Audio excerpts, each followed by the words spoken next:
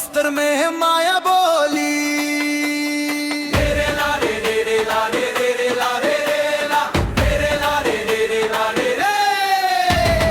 हसत खेलत बस्तर के गोट संगी संगवारी के टोली।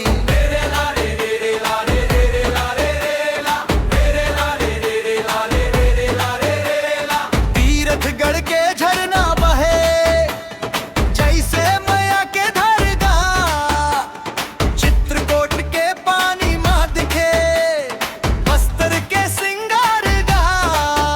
महुआ के मियाद महके, महुआ के मियाद महके, बदल के मैया के बोली।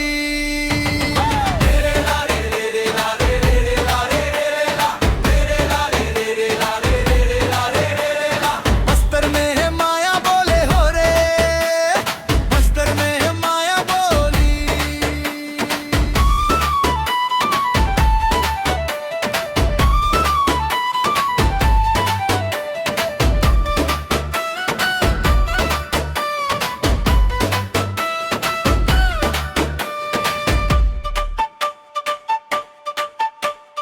ढोल मंदरी बाजत है औ झूमत है पूरा गाँव रे।